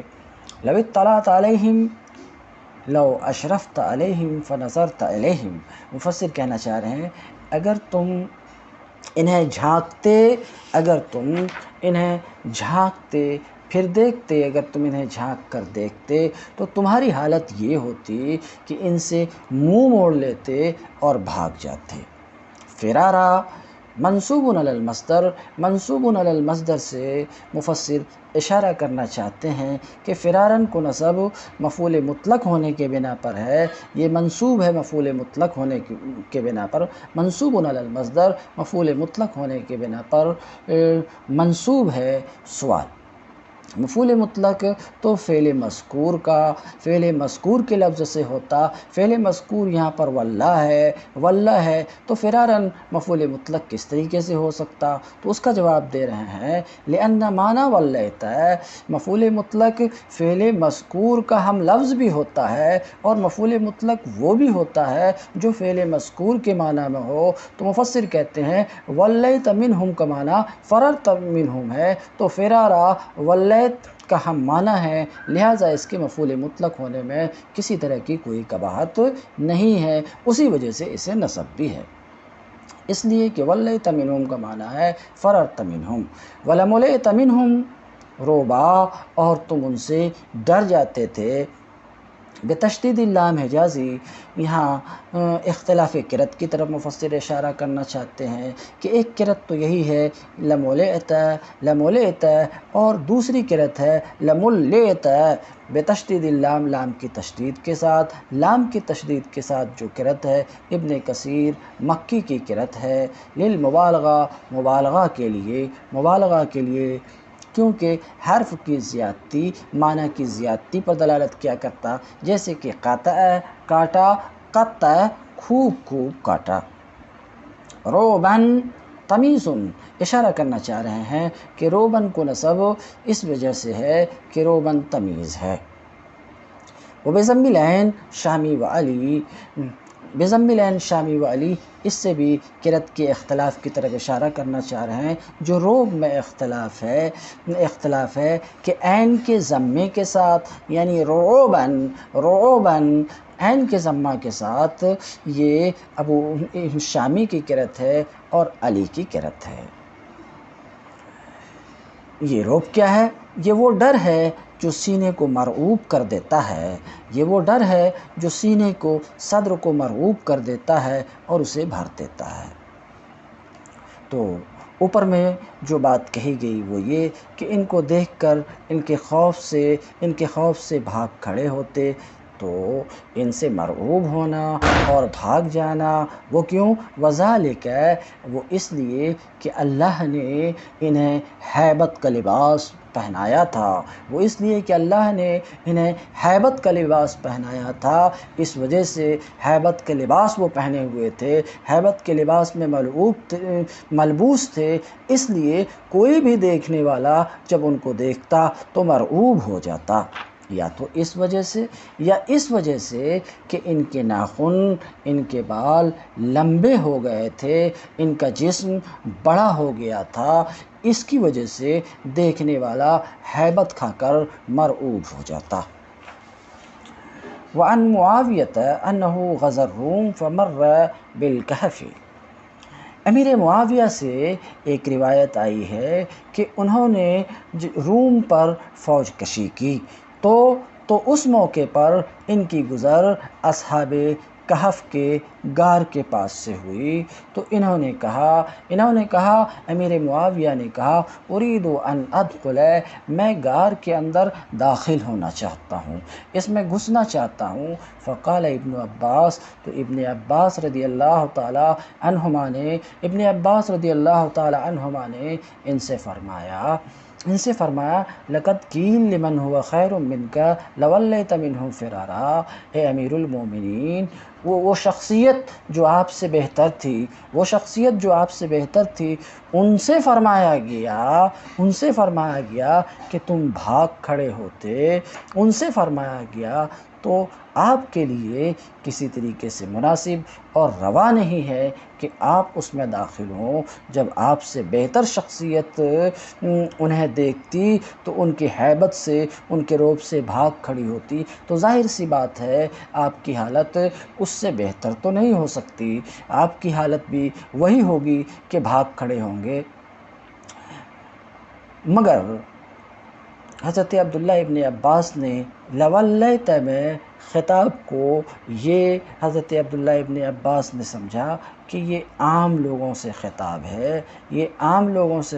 ہے، یا اس خطاب کا تعلق اس موقع سے ہے جس موقع میں باحیات وہ زندگی کے ساتھ سوئے ہوئے تھے، اس وقت کی ہے، لیکن اب اس حیات کے ساتھ سوئے ہوئے نہیں ہے، اس سے اس کا تعلق ہے۔ اس وجہ سے یہ سمجھ کر کے حضرت ابن عباس نے مسلمانوں کی ایک جماعت کو اندر داخل ہونے کا حکم دیا۔ فدخلت جماعت بامرہ، چنانچہ امیر معاویہ کے حکم سے ایک جماعت کہف کے اندر داخل ہوئی، تو نتیجہ یہ ہوا کہ ایک ہوا نے ان کو جلا ڈالا۔ وَكَذَلِكَ بَعَثْنَاهُمْ، اور اسی طریقے سے ہم نے ان کو اٹھایا، یعنی جس طریقے سے ہم نے ان کو وہ گہری نیند سلایا، اسی طریقے سے ہم نے ان کو بیدار کیا، نیند سے بیدار کیا، اپنی اس قدرت کو ظاہر کرنے کے لیے، اس بات کو ظاہر کرنے کے لیے کہ ہم سلانے پر بھی قادر ہیں، اٹھانے پر بھی قادر ہیں، دونوں پر ہم قادر ہیں، ہماری قدرت عام ہے، جس طریقے سے ہم سلا سکتے ہیں ویسے اٹھا بھی سکتے ہیں۔ وَكَذَلِكَ بَعَثْنَاهُمْ، اسی طریقے سے ہم نے ان کو بیدار کیا، لِيَتَسَاءَلُوا بَيْنَهُمْ، تاکہ آپس میں ایک دوسرے کے حال احوال دریافت کریں، یعنی بعض سے دریافت کریں اور ایک دوسرے کا حال جانیں۔ وَمَا صَنَعَ اللَّهُ، آپس میں حال احوال جانیں اور اس بات کو جانیں جو اللہ نے ان کے ساتھ کیا، پھر وہ اعتبار کریں اور اللہ کی قدرت کی عظمت پر استدلال کریں، ایمان و یقین میں ترقی کریں اور شکر کریں اس نعمت کا جس سے اللہ نے انہیں سرفراز کیا، اس وجہ سے اللہ رب العزت نے انہیں دوبارہ اٹھایا۔ جب وہ دین سے بیدار ہوئے، قال قائل منہم، ان میں سے ایک شخص نے اپنے ساتھیوں سے پوچھا، قال قائل منہم، ان میں سے ایک کہنے والے نے کہا، کہتے ہیں رئیسہم، یہ قائل کون ہے؟ جو ان ساتوں میں سے جو رئیس تھے۔ قال قائل منہم، ان کے رئیس نے سوال کیا، کم لبستم، اے کم مدت لبسکم، تمہارے ٹھہرنے کی کتنی مدت ہے؟ یعنی ان کے رئیس نے پوچھا، بتاؤ کتنی مدت، کتنے زمانے تم یہاں ٹھہرے؟ قالو، تو انہوں نے جواب دیا، لبثنا یومن او بعض یومن، انہوں نے جواب دیا ایک دن بھر یا دن بھر سے کچھ کم ہم یہاں ٹھہرے۔ جواب مبنی علی غالب الظن، ایک سوال کا جواب، ظاہر ہے کہ نہ وہ ایک دن ٹھہرے تھے اور نہ ایک دن سے کم ٹھہرے تھے، دونوں بات جو جواب میں ذکر کیے یہ واقعہ کے موافق نہیں ہے، بلکہ ان کا ٹھہرنا 300 چند سال تھا، 300 سال سے زائد ٹھہرے تھے۔ تو یہ جواب تو واقعہ کے مطابق نہیں ہے۔ تو اس سوال کا جواب مفسر دیتے ہیں کہ یہ جواب غالب ظن پر مبنی ہے، یعنی ظن غالب کے بنا پر انہوں نے ایسا جواب دیا، ظن غالب کے بنا پر انہوں نے ایسا جواب دیا۔ ظن غالب ان کو یہ ہوا کہ یا تو ہمارے یہاں ٹھہرنے سے ایک دن پورا ہوا ہے یا ایک دن سے کم ہم یہاں ٹھہرے ہیں۔ وفیہ دلیل علی جواز الاجتہاد، اس میں دلیل ہے اجتہاد کے جواز پر اور ظن غالب پر قول کرنے پر۔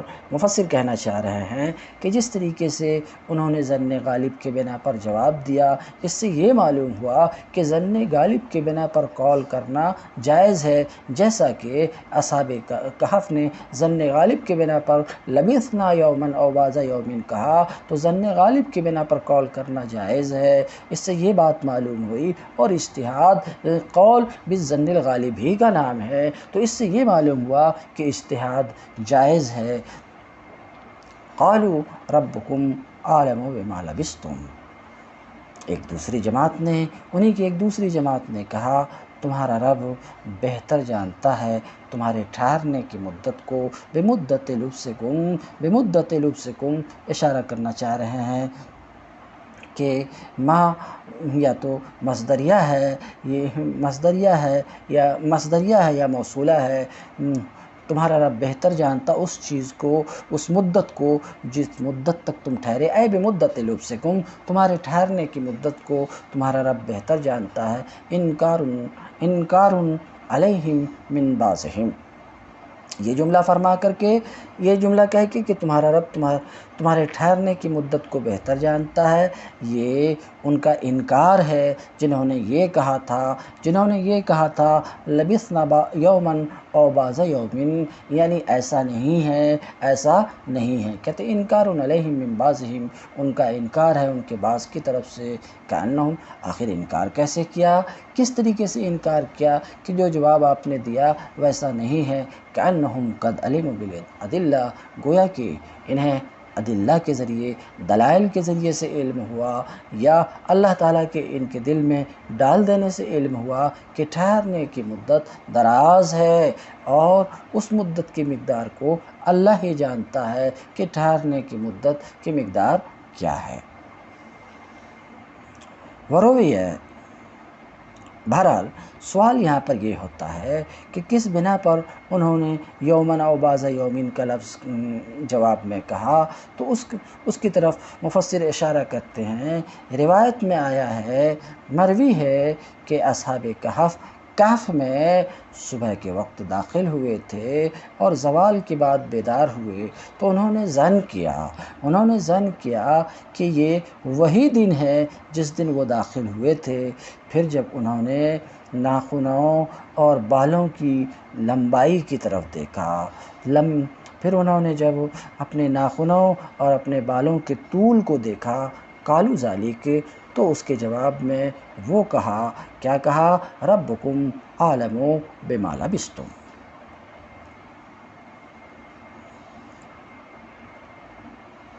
یہ ٹکڑا، آیت کا یہ ٹکڑا، قال قائل منہم کم لبستم قالوا لبثنا یوما او بعض یوم قالوا ربکم عالم بما لبستم۔ اس آیت سے حضرت عبداللہ ابن عباس نے ان کے اصحاب کہف کی تعداد پر استدلال کیا۔ وجہ یہ ہے کہ آج نہیں، ہر دور میں مختلف ادوار میں لوگوں کو تجسس اور جستجو رہی اس بات کی کہ اصحاب کہف کی تعداد کیا تھی۔ کسی نے کچھ کہا، کسی نے کچھ کہا، تعداد کیا تھی؟ حضرت عبداللہ ابن عباس نے اس آیت سے استدلال کرتے ہوئے فرمایا کہ اصحاب کہف کی تعداد 7 تھی۔ طرز استدلال یہ ہے۔ عبداللہ ابن عباس رضی اللہ تعالی عنہ نے استدلال کیا ہے اس بات پر، عبداللہ ابن عباس رضی اللہ تعالیٰ عنہ نے استدلال کیا کہ صحیح یہی ہے کہ ان کی تعداد 7 تھی، یعنی یہ کل 7 تھے۔ اس لیے لأنہ قال فی الآیہ، اس لیے کہ اللہ رب العزت نے فرمایا آیت میں کہ قال قائل منہم کم لبستم، اللہ رب العزت نے فرمایا کہ ان میں سے ایک کہنے والے نے کہا کتنی مدت ٹھہرے، وہذا واحد، یہ قائل ایک ہوئے، وقالوا فی جوابہ، پھر انہوں نے اس کے جواب میں کہا، اصحاب کہف میں سے ایک جماعت نے اس کے جواب میں کہا لبثنا یوما او بعض یوم وهو جمع، لبثنا یہ جمع ہے تو یہ ایک جماعت ہوئی، واقلہ ثلاثہ، اور اقل جماعت 3 ہے۔ ثم قال، پھر کہا ربکم عالم بما لبستم، ثم قال ربکم عالم بما لبستم ھذا قول جمع، یہ دوسری جماعت کا قول ہے تو یہ 2 جمع ہوئی، اور قائل میں ایک، 3 3 6 1 7، فصاروا 7، اس طریقے سے 7 ہوئے۔ قالوا ربکم عالم بما لبستم،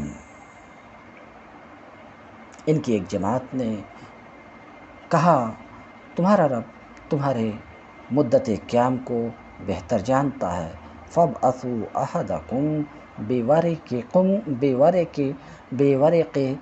ھذہ الی المدینہ، تو اپنے میں سے کسی ایک کو یہ چاندی لے کر شہر بھیجو۔ کانہم قالوا، تو گویا کہ رابطہ، پچھلی آیت سے رابطہ بیان کر رہے ہیں مفسر، گویا کہ انہوں نے کہا تمہارا رب اس بات کو بہتر جانتا ہے، ہمارے قیام کی مدت کو بہتر جانتا ہے، تمہارے قیام کی مدت کو بہتر جانتا ہے، تمہارے پاس اس کو جاننے کے لیے، اس بات کے علم کے لیے کوئی راستہ نہیں ہے۔ فخذوا فی شیء آخر، لہٰذا دوسری چیز کی طرف توجہ دو، اس چیز کی طرف توجہ دو جو تمہارے لیے اہم ہے اس وقت اہم ہے، وہ یہ ہے کہ اپنے میں سے کسی ایک کو بھیجو، احدکم، تم میں سے ایک کو، اپنوں میں سے ایک کو، اور وہ ایک کون؟ یملیخا کو بھیجو، بورقکم، ورق ہی الفضہ، ورق کسے کہتے ہیں؟ فضہ، چاندی کو، خواہ وہ ڈھلی ہوئی ہو، او غیر مضروبہ، یا ڈھلی ہوئی نہ ہو۔ وبسکون الراء ابو عمرو و حمزہ و ابو بکر، بسکون الراء سے مفسر اشارہ کرنا چاہ رہے ہیں کہ یہاں پر بھی قرأت میں اختلاف ہے، ایک قرأت تو وہی ہے، دوسری ابو عمرو، حمزہ اور ابو بکر کی قرأت ہے، ان کی قرأت میں را کے سکون کے ساتھ ہے، یعنی بورقکم الی المدینہ، یہ چاندی لے کر شہر بھیجو۔ مدینہ وہ شہر، وہ کون سا شہر تھا؟ مفسر کہتے ہیں طرطوس، وہ اس شہر کا نام طرطوس ہے۔ وحملہم الورق، افادہ، فائدہ کی بات، اصحاب کہف کا بھاگنے کے وقت چاندی کو لے جانا اپنے ساتھ، یہ دلیل ہے اس بات کی کہ نفقہ لے جانا اور مسافر کے لیے جن چیزوں کی ضرورت ہے اس کو لے جانا، یہ اللہ پر بھروسہ کرنے والے کی رائے ہے، ان لوگوں کی رائے ہے جو اللہ پر بھروسہ کرتے ہیں، نہ کہ ان لوگوں کی جو اتفاق پر اعتماد کرتے ہیں اور ان چیزوں پر ٹیک لگاتے ہیں، ان خرچوں پر جو لوگوں کے برتنوں میں، لوگوں کے توشے دان میں ہوا کرتا ہے۔ وَعَنْ بَعْضِ الْعُلَمَاء، بعض علماء سے مروی ہے، بعض علماء سے مروی ہے جو بیت اللہ کی زیارت کے شدید خواہش مند تھے، شدید شوق رکھتے تھے، اور وہ کہا کرتے تھے اس سفر کے لیے بس 2 چیز چاہیے، ایک تو تھیلی باندھنا اور دوسرے رحمان پہ بھروسہ کرنا۔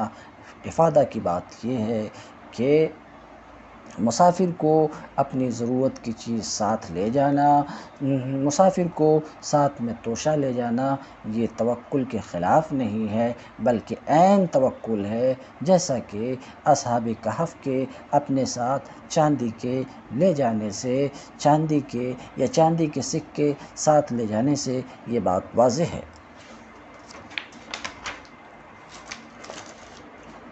تو اپنے میں سے کسی ایک کو چاندی کا سکہ لے کر، چاندی لے کر شہر بھیجو، پھر وہ دیکھے، فَلْيَنْظُرْ، پھر وہ نظر کرے، أَيُّهَا أَزْكَىٰ طَعَامًا، کہ شہر والوں میں سے کس کا کھانا عمدہ تر ہے، پاکیزہ تر ہے۔ اے اہلہا، اشارہ کرنا چاہ رہے ہیں کہ مضاف یہاں پر مقدر ہے، مضاف یہاں پر مقدر ہے، اے اہلہا، مدینہ والوں میں سے، شہر والوں میں سے کس کا کھانا اچھا ہے۔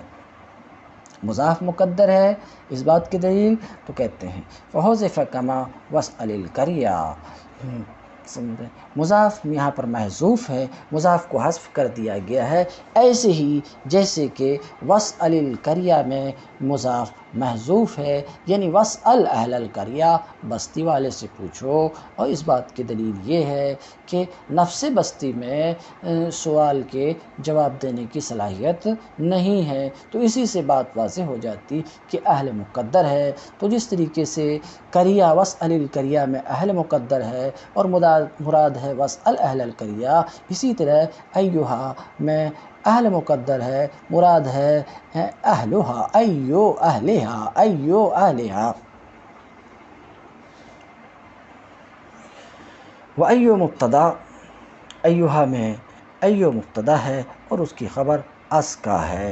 ایو اہلہا، شہر والوں میں سے کون ازکا، پاکیزہ تر ہے کھانے کے اعتبار سے، کھانے کے اعتبار ازکا، احل، زیادہ حلال، عمدہ ہے، او اکثر، یا یہ کہ ازکا اکثر و ارخص کے معنی میں ہے کہ کس کا کھانا زیادہ سستا ہے۔